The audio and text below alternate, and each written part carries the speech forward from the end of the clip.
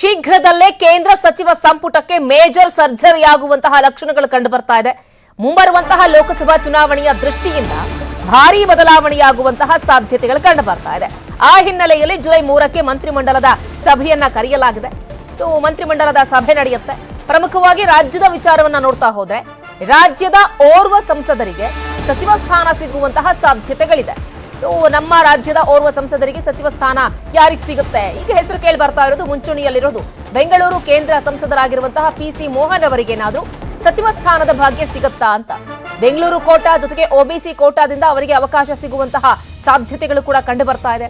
ಜೊತೆಗೆ ಅವರ PC ಮೋಹನ್ ಅವರ ವರ್ಚಸ್ಸು, ಅವರಿಗಿರುವಂತಹ ಹಿಡಿತ, ಅದೆಲ್ಲವೂ ಕೂಡ ಪ್ಲಸ್ ಪಾಯಿಂಟ್ ಆಗಬಹುದು ಅನ್ನೋ ಲೆಕ್ಕಾಚಾರಗಳಿದೆ. ಬೆಂಗಳೂರು ಸೆಂಟ್ರಲ್ ಕ್ಷೇತ್ರದ ಸಂಸದರಾಗಿ ಕಾರ್ಯವನ್ನು ನಿರ್ವಹಿಸ್ತಾ ಇದ್ದಾರೆ PC ಮೋಹನ್ ಅವರು. ಈ ಹಿಂದೆ 2 ಬಾರಿ ಚಿಕ್ಕಪೇಟೆಯ ಶಾಸಕರಾಗಿದ್ರು. ಅದಾದ ಮೇಲೆ ಕಂಟಿನ್ಯೂಸ್ ಆಗಿ 3 ಬಾರಿ ಸಂಸದರಾಗಿದ್ದಾರೆ. ವಿದೇಶಾಂಗ ವ್ಯವಹಾರಗಳ ಕುರಿತ ಸಂಸದೀಯ ಮಂಡಳಿಯ ಸದಸ್ಯರಾಗಿದ್ದಾರೆ. ನಗರಾಭಿವೃದ್ಧಿ ಕುರಿತ ಸಂಸದೀಯ ಮಂಡಳಿಯ ಸದಸ್ಯರಾಗಿದ್ರು. OBC ಸಮುದಾಯದ ಪ್ರಮುಖ ನಾಯಕರು PC ಮೋಹನ್ ಅವರು. ಬೆಂಗಳೂರಿನಲ್ಲಿ ನಿರಂತರವಾಗಿ ಗೆಲ್ತಾ ಬಂದಿದ್ದಾರೆ. ಆ ವರ್ಚಸ್ಸು ಅವರಿಗಿದೆ. ಅದಲ್ಲದೆ ಅನಂತ್ ಕುಮಾರ್ ಅವರು ಜೊತೆಗೆ DVS ಆದ ಮೇಲೆ ಬೆಂಗಳೂರಿಗೆ ಇದುವರೆಗೂ ಕೂಡ ಮಂತ್ರಿ ಭಾಗ್ಯ ಸಿಕ್ಕಿಲ್ಲ. ಈಗೆಲ್ಲರೂ ಕೂಡ PC ಮೋಹನ್ ಅವರಿಗೆ ಹಾಗಾದ್ರೆ ಸಚಿವ ಸ್ಥಾನ ಸಿಗುತ್ತಾ ಅನ್ನೋದೊಂದು ಲೆಕ್ಕಾಚಾರದಲ್ಲಿದ್ದಾರೆ. ಚರ್ಚೆಗಳು ಕೂಡ ಉಂಟಾಗ್ತಾ ಇದೆ. ನೋಡಬೇಕು. ಜುಲೈ 3ನೇ ತಾರೀಕು ನರೇಂದ್ರ ಮೋದಿ ಅವರು ಇಲ್ಲಿ ಸಭೆಯನ್ನ ಕರೆದಿರೋದ್ರಿಂದ ಮುಂದಿನ ಲೋಕಸಭಾ ಚುನಾವಣೆಯನ್ನ ಕೂಡ ಗಮನದಲ್ಲಿಟ್ಕೊಂಡು ಕೆಲವೊಂದಿಷ್ಟು ಚೇಂಜಸ್ ಗಳನ್ನ ಕೂಡ ಮಾಡುವಂತಹ ಸಾಧ್ಯತೆಗಳು ಕಂಡು ಬರ್ತಾ ಇದೆ. ನೋಡೋಣ. ಬನ್ನಿ, ಬಗ್ಗೆ ಮತ್ತಷ್ಟು ಮಾಹಿತಿಯನ್ನು ಕೊಡ್ತಾರೆ ನಮ್ಮ political bureau head Chidananda Patel join ಆಗ್ತಾ ಇದ್ದಾರೆ ದೂರವಾಣಿ ಸಂಪರ್ಕದಲ್ಲಿ. ಪಟೇಲ್ರೆ, ಈಗಾಗಲೇ ಒಂದು ಕಡೆ ಇನ್ನೇನು ಮುಂಬರುವಂತಹ ಲೋಕಸಭಾ ಎಲೆಕ್ಷನ್ಗೆ ಎಲ್ಲಾ ಪಕ್ಷಗಳು ಕೂಡ ತಯಾರಿಯನ್ನು ನಡ್ಕೊಳ್ತಾ ಇದೆ. ಅದರಲ್ಲೂ ಬಿಜೆಪಿಯನ್ನು ಸೋಲಿಸಬೇಕು ಅಂತ ವಿಪಕ್ಷಗಳು ದೊಡ್ಡ ಮಟ್ಟದಲ್ಲಿ ಪ್ಲಾನ್ ಅನ್ನ ಮಾಡ್ಕೊಳ್ತಾ ಇದೆ.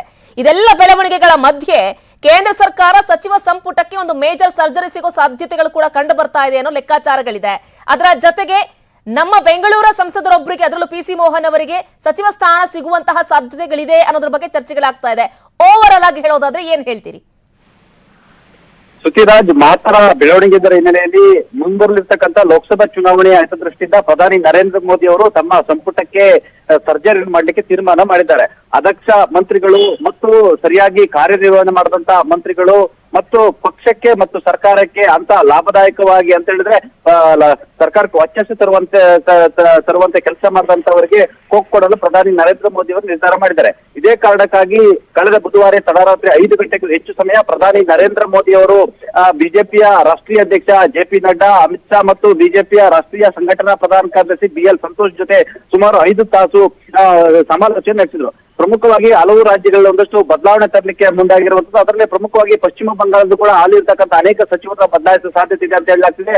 ಅದೇ ರೀತಿ ಬೇರೆ ಬೇರೆ ಬಿಹಾರ ಸೇರಿದಂತೆ ಅನೇಕ ಕಡೆ ನೂತನ ಸಚಿವರಿಗೆ ಅವಕಾಶವನ್ನು ಕೊಡುವ ಸಾಧ್ಯತೆ ಇದೆ ಅಂತ ಹೇಳಲಾಗ್ತಿದೆ. ಇದರ ಭಾಗವಾಗಿ ಕರ್ನಾಟಕದ ರಾಜಧಾನಿ ಬೆಂಗಳೂರಿನಲ್ಲಿ DV ಸದಾನಗೌಡರ ನಂತರ ಯಾರೊಬ್ಬರು ಕೂಡ ಸಚಿವರಾಗ್ಲಿಲ್ಲ. ಹಾಗಾಗಿ ಕೆಲವೊಂದ್ ಕಡೆ OBC ಕೋಟಾ ಮತ್ತು ಬೆಂಗಳೂರು ಕೋಟಾದಡಿ ಬೆಂಗಳೂರಿನ ಸಂಸದರಾಗಿರ್ತಕ್ಕಂಥ ಸೆಂಟ್ರಲ್ ನ ಸಂಸದರಾಗಿರ್ತಕ್ಕಂಥ 3 ಬಾರಿ ಸಂಸದರಾಗಿರ್ತಕ್ಕಂಥ PC ಮೋಹನ್ ರವರನ್ನ ಮಂತ್ರಿ ಮಾಡೋ ಸಾಧ್ಯತೆ ಇದೆ ಎಂಬ ಮಾತುಗಳು ಕೇಳಿ ಬರ್ತಿರುವಂತದ್ದು. ಆ ಮುಖಾಂತರ ಕರ್ನಾಟಕಕ್ಕೆ ಲೋಕಸಭಾ ಚುನಾವಣೆ ಹಿತದೃಷ್ಟಿಯಿಂದ ಮತ್ತು 25 ಸ್ಥಾನವನ್ನು ಮತ್ತೆ ಗೆಲ್ಲಬೇಕು. ಆಪರೇಷನ್ 25 ಮಿಷನ್ 25 ಅನ್ನ ಮತ್ತೆ ಆ ಗುರಿಯನ್ನ ಮುಟ್ಟಬೇಕೆಂಬ ಕಾರಣಕ್ಕಾಗಿ OBC ಕೋಟಾದಡಿ PC ಮೋಹನ್ ರವರಿಗೆ ಮಂತ್ರಿ ಮಾಡುವ ಸಂಬಂಧಪಟ್ಟ ಹಾಗೆ ಈಗಾಗಲೇ ಚರ್ಚೆ ನಡೆಸಿರುವಂತಹ. ಹಾಗಾಗಿ ಒಂದು ವೇಳೆ ಸಂಪುಟ ಪುನಾರಚನೆ ಆದ್ರೆ ಕರ್ನಾಟಕಕ್ಕೆ ಒಂದು ಮಂತ್ರಿ ಸ್ಥಾನ ಸಿಗುವ ಅವಕಾಶ ಇದೆ ಅಂತ ಎಂಬ ಮಾತು ಕೂಡ ಇದೀಗ ದಟ್ಟವಾಗಿ ಕೇಳಿ ಬರ್ತಿರುವಂತದ್ದು. ಶ್ರುತಿ. ಓಕೆ ಪಟೇಲ್, ಥ್ಯಾಂಕ್ ಯು ತಮ್ಮ ಕಂಪ್ಲೀಟ್ ಮಾಹಿತಿಗೆ. ಮೃತ ಸನ್ಯಾಸಿ ಮನೆಯಲ್ಲಿ ಲಕ್ಷಾಂತರ ರೂಪಾಯಿ ಹಣ ಪತ್ತೆಯಾಗಿದೆ. ಮನೆಯ ಬೇರೆ ಕಡೆಗಳಲ್ಲಿ ಇಟ್ಟಿದ್ದಂತಹ 30 ಲಕ್ಷಕ್ಕೂ ಅಧಿಕ ಹಣ ಸಿಕ್ಕಿದೆ. ಚಿತ್ರದುರ್ಗ ಜಿಲ್ಲೆಯ ಹೊಳಲ್ಕೆರೆ ಪಟ್ಟಣದಲ್ಲಾಗಿರುವಂತಹ ಘಟನೆ ಇದು. ಚಿತ್ರದುರ್ಗದ ಹೊಳಲ್ಕೆರೆ ಪಟ್ಟಣದಲ್ಲಿ ಮೃತ ಸನ್ಯಾಸಿಯ ಮನೆಯಲ್ಲಿ ಲಕ್ಷಾಂತರ ರೂಪಾಯಿ ಹಣ ಸಿಕ್ಕಿದೆ. ಅದರಲ್ಲೂ 30 ಲಕ್ಷ ರೂಪಾಯಿ ಹಣ ಸಿಕ್ಕಿರೋದು. ಹೊಳಲ್ಕೆರೆಯಲ್ಲಿ ವಾರದ ಹಿಂದಷ್ಟೇ ಒಬ್ಬರು ಸ್ವಾಮೀಜಿ ಗಂಗಾಧರ್ ಶಾಸ್ತ್ರಿ ಅನ್ನೋರು ಮೃತಪಟ್ಟಿರ್ತಾರೆ. ಅವ್ರು ಕೇಲ್ಸ ಶಾಸ್ತ್ರ ಹೇಳ್ತಿದ್ರು, ಶುಭ ಕಾರ್ಯದ ಪೂಜೆಗಳನ್ನ ಮಾಡಿಸ್ತಾ ಇದ್ರು. 2 ದಿನಗಳ ಹಿಂದೆ ಭಕ್ತರು ಶಾಸ್ತ್ರಿ ಮನೆಯನ್ನ ಪರಿಶೀಲನೆ ಮಾಡಿದಾಗ ಈ ಹಣ ಸಿಕ್ಕಿದೆ. ಇನ್ನು ಮೃತ ಗಂಗಾಧರ್ ಅವರ ಶಾಸ್ತ್ರಿ ಅವರ 16 ಎಕರೆ ಜಮೀನು ಕೂಡ ಇದ್ದಂತೆ. 4 ಎಕರೆ ತೆಂಗಿನ ತೋಟ, ಗದ್ದೆಯನ್ನ ಅವರು ಹೊಂದಿದ್ದಾರೆ. ಈ ಮಧ್ಯೆ ಭಕ್ತರಿಂದ ಬಂದಂತಹ ಕಾಣಿಕೆಯ ಹಣ ಸುಮಾರು 46,000 ರೂಪಾಯಿ ಕೂಡ ಸಿಕ್ಕಿದೆ. ಕೃಷಿ ಮತ್ತಿತರೆ ಆದಾಯದಿಂದ ಬಂದಂತಹ 30 ಲಕ್ಷಕ್ಕೂ ಅಧಿಕ ಹಣ ಇದೀಗ ಸಿಕ್ಕಿರೋದು. ಜುಲೈ 7ನೇ ತಾರೀಕು ಭಕ್ತರ ಸಭೆಯನ್ನ ಕರೆದು ಒಂದು ಸಮಿತಿಯನ್ನ ರಚನೆ ಮಾಡಬೇಕು ಅಂತ ಹೇಳಿ ಆ ಭಾಗದ ಜನರು ತೀರ್ಮಾನವನ್ನ ಮಾಡಿದ್ದಾರೆ. ಜಮೀನಿನಲ್ಲೇ ಗಂಗಾಧರ ಶಾಸ್ತ್ರಿಯವರ ಗದ್ದುಗೆಯನ್ನ ಕೂಡ ನಿರ್ಮಿಸಬೇಕು ಅಂತ ಹೇಳಿ ಸ್ಥಳೀಯರು ನಿರ್ಧಾರವನ್ನ ಮಾಡಿದ್ದಾರೆ.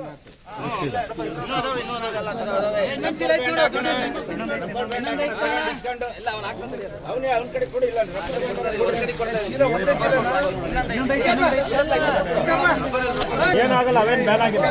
500 1000 ಅಷ್ಟೇ ಬ್ಯಾನ್ ಆಗಿರೋದು.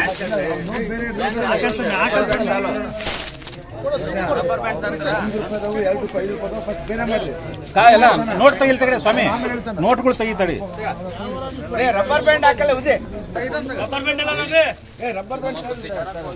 ಬನ್ನಿ ಬಗ್ಗೆ ಮತ್ತಷ್ಟು ಮಾಹಿತಿಯನ್ನು ಕೊಡ್ತಾರೆ ನಮ್ಮ ಪ್ರತಿನಿಧಿ ವಿನಾಯಕ್ ಹೊಳಲ್ಕೆರೆಯಲ್ಲಿ ವಾರದ ಹಿಂದೆ ಒಬ್ಬರು ಸ್ವಾಮೀಜಿ ಮೃತಪಟ್ಟಿರ್ತಾರೆ. ಈಗ ಅವರ ಮನೆ ಪರಿಶೀಲನೆ ಮಾಡಿದಾಗ 30 ಲಕ್ಷ ರೂಪಾಯಿ ಸಿಕ್ಕಿದೆ ಅಂತ ಹೇಳಿ. ಸೊ ಏನಾಗಿತ್ತು? ಅನಾರೋಗ್ಯದಿಂದ ಸಾವನ್ನಪ್ಪಿದ್ದ. ಅವರಿಂದ ಗ್ರಾಮಸ್ಥರು ಏನು ಡಿಸೈಡ್ ಮಾಡಿದ್ದಾರೆ ಇವಾಗ?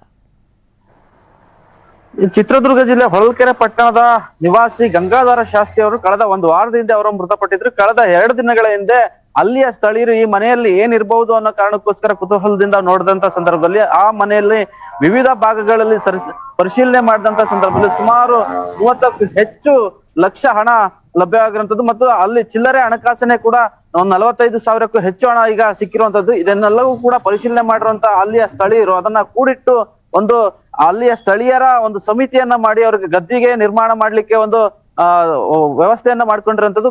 ಜುಲೈ 7ನೇ ತಾರೀಕು ಆ ಸಭೆಯನ್ನ ಕರೀಲಿಕ್ಕೆ,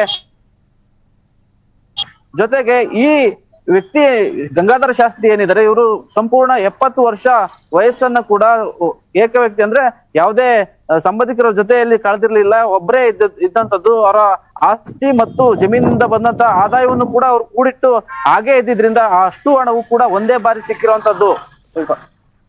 ಓಕೆ ವಿನಾಯಕ್, ಥ್ಯಾಂಕ್ ಯು ತಮ್ಮ ಈ ಕ್ಷಣದ ಅಪ್ಡೇಟ್ಸ್ಗೆ.